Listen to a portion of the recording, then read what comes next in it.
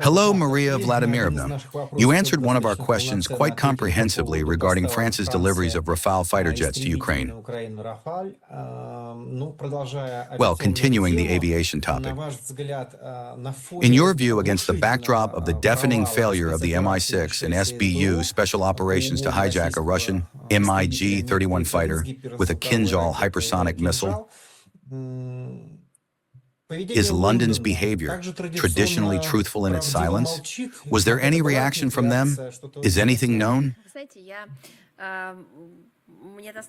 You know, I find the palette of Russian words sufficient, but in this case, speaking about France's actions,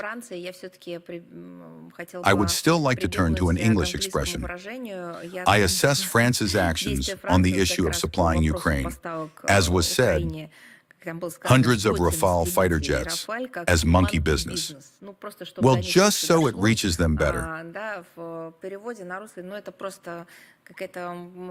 Translated into Russian, it is some kind of emptiness.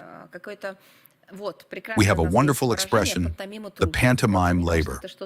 Well, it seems to me it's something like that. It is another matter if they are making money from this, if even such manipulation will bring them money. Only the question is, what money and to whom? You understand? And how dangerous are these deliveries themselves for European security? So that is precisely the question. No matter what anyone may declare, we always state the same thing.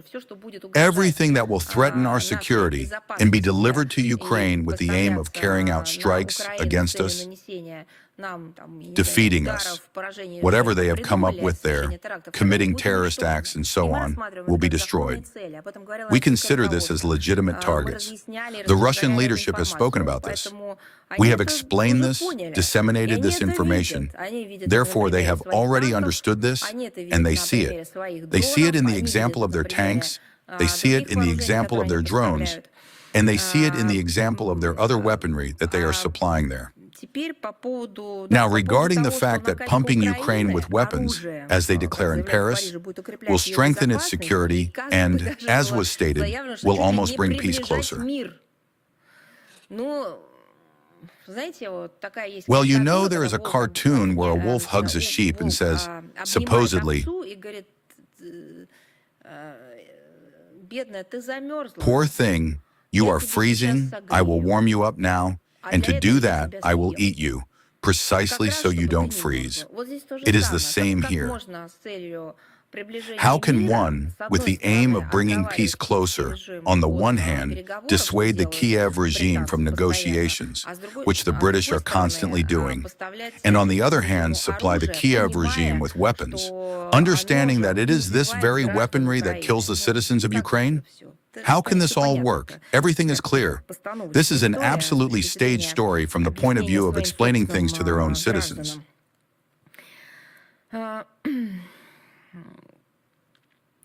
Those who are guided by such logic either do not understand at all the genesis of the Ukrainian conflict, the reasons that forced Russia to begin the special military operation, or they are being dishonest in pursuing their own deeply rooted goals, which are obviously also self-serving.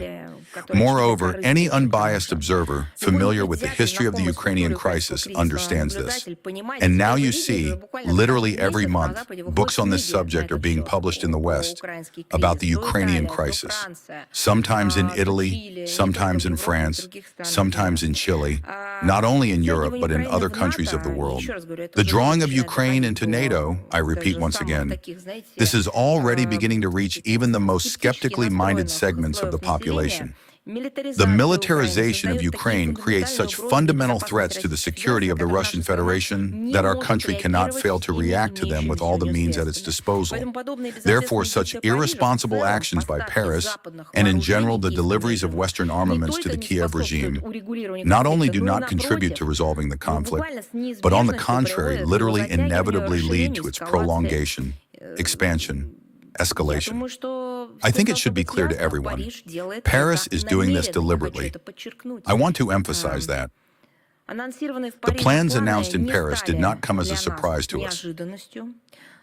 We have long been convinced that France today is one of the main driving forces of the Western party of war. The French authorities continue to frighten the population with myths about the Russian threat, trying to justify their own preparation for aggressive actions against our country, including within the framework of the so-called coalition of the willing. And this has been openly discussed in recent days by the French Minister of Defense, Catherine Vautrin, the Chief of the General Staff, Mandon, and the Head of Foreign Intelligence, Nicolas Lerner.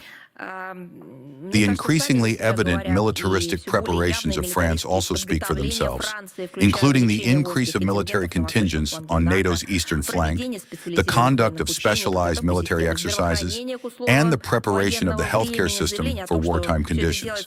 Statements that all this is being done for some defensive purposes look, to put it mildly, unconvincing, considering that they have not even concealed that they want to inflict a strategic defeat on Russia. What kind of defense is that if they themselves were the ones attacking?